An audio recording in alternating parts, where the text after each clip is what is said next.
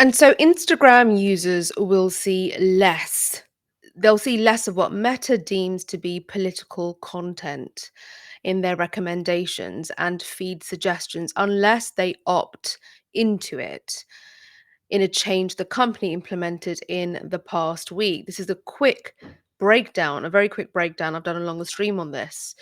Meta has described what it deems to be political content as laws, elections, and social topics, but not provided more specific information as to what is political. Believe you me, I'm definitely going to be providing some commentary about this. There's some things to really be concerned about. It's interesting how they've almost divorced political thought from people. In the sense of their interests and who they are. And instead, they should just be enjoying entertainment.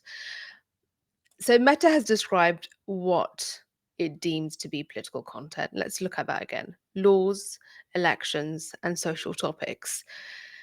And according to some stat, apparently only 3% of users are interested in those things. But things have changed, as we know. The change to Instagram and Threads comes as the parent company Meta also prepares to retire the news tab from Facebook, first in Australia and the US, another really big move. For Instagram, the change affects the Explore, Reels, and in feed recommendations and suggested users that Instagram shows to users. The company has stressed users will continue to see political content from the accounts users already follow, but it won't be recommended to you. It begs the question then: how much, let's say, control or discernment does Meta exercise when they design an algorithm to recommend content? Is it just political content that they are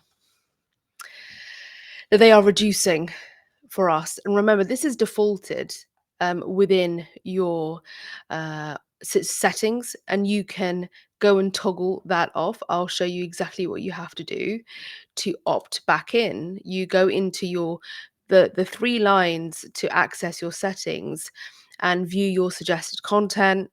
Political content will be defaulted to limit, so change that and toggle it to don't limit. Now, here's a statement from Meta. Well, actually, this is from Sarah Krebs, the director of the Tech Policy Institute in the Cornell Brooks School of Public Policy, who studies tech policy and how new technologies evolve over time. Facebook, quote, Facebook didn't envision itself as a political platform. It was run by tech people.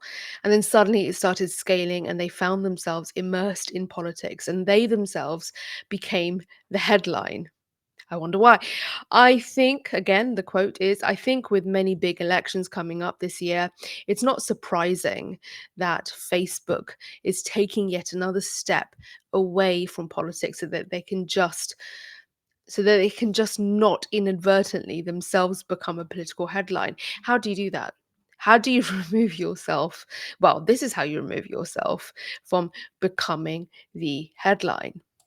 The news tab was launched in 2019 and it would curate headlines from national and international news organizations as well as local publications. But isn't it interesting how it's almost deciding for users what kind of users they should be? Let's get into the practice now of not looking for political content, for that kind of news and information that could potentially mobilize you.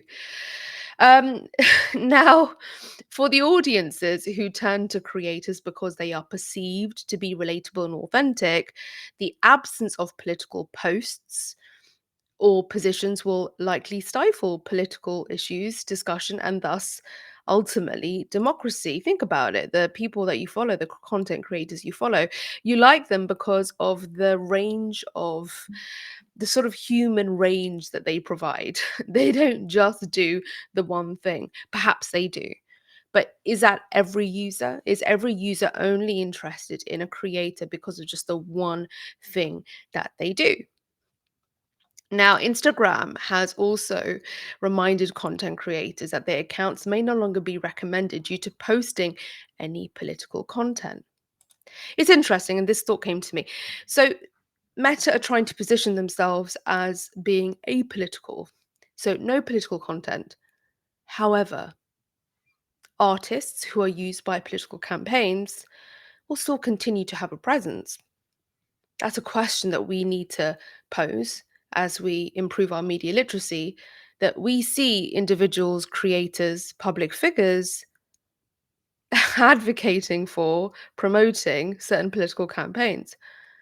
Just by their presence alone and pushing their own brand, they are able to promote that political ideology campaign, etc., whether it's direct or indirect, they're still doing it, they're present. So how can you completely divorce being political from a social media platform? And how can Threads be a town square without politics? There's this criticism of what X has become and what X was, and how Threads should be the more healthy alternative, more hygienic. Let's get more hygienic. Let's remove politics, social issues, any sort of extreme mobilization of thought. Meta is seeking to be as apolitical as possible. Not all news is political, but now on Instagram, by default, it won't be recommended.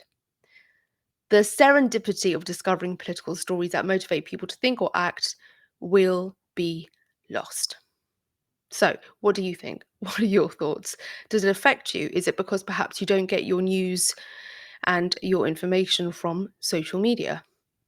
I find that hard to believe because we might still get certain amount, it might not be 50%, but there'll still be a percentage of news that could get reinforced, repeated, shared. What next? Will YouTube not allow people to commentate on political matters?